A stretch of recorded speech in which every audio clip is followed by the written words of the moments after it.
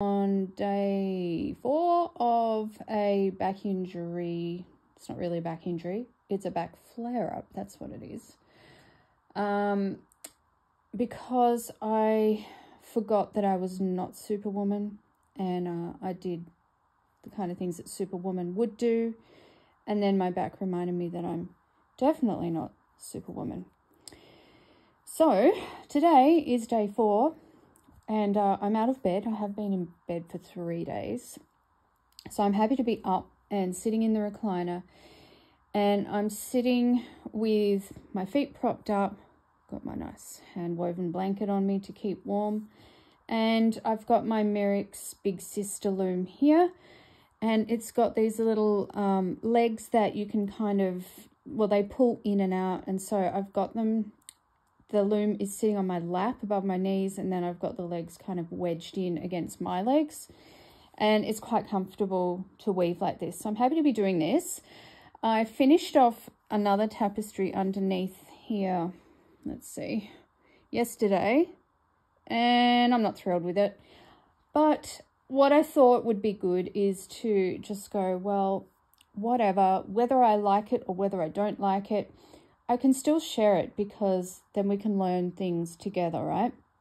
So really my ultimate goal with tapestry is, well, I have a lot of goals, but I very much like to be able to weave pictures.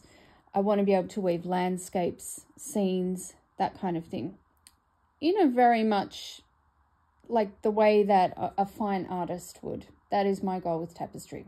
That is a big goal, a very big goal.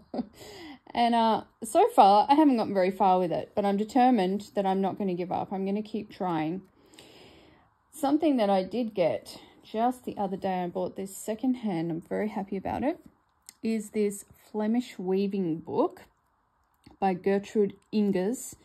And it's a pretty old book, but I do really love Flemish weaving. I love that style, even though it's not a realistic style like landscapes are or anything like that. It's a folk art style, and I love that style as well.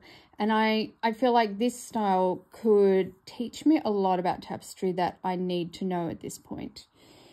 So the motif that I am currently weaving is a flower that was inspired by the Flemish weaving book.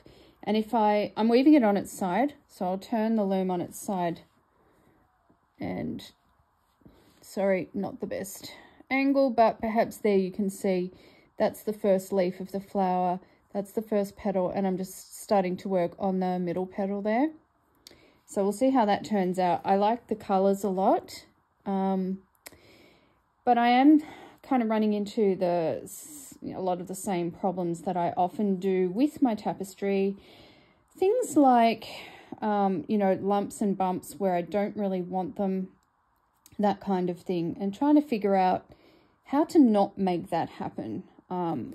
I'm familiar with so many tapestry techniques. It's just when I get to the actual weaving of it, I find it hard. It's not so intuitive for me.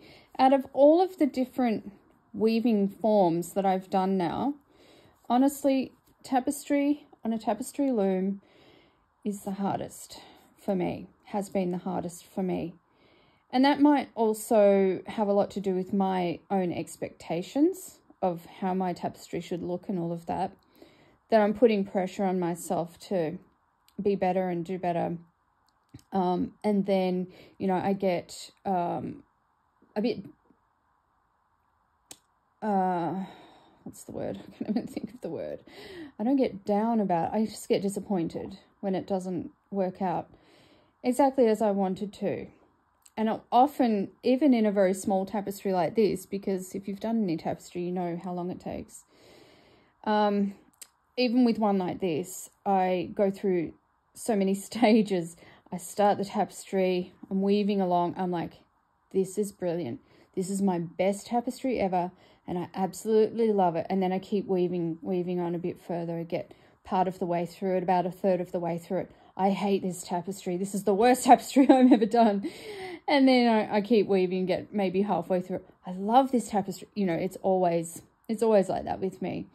But what I am feeling that the more I practice it, the better I am getting slowly, but I've still got a long way to go towards my own personal goals for Tapestry. But that's okay. I'm going to keep going. I'm not giving up. And all of these, really, they're just practice pieces. And that's okay, because practice is essential for any type of weaving. So I will continue on with this piece, and I'm going to show you this piece when it's finished too, even if it doesn't turn out very nicely and I think it's ugly and there are lumps and bumps in it where there shouldn't be. I'm still going to show you, because that's part of the journey.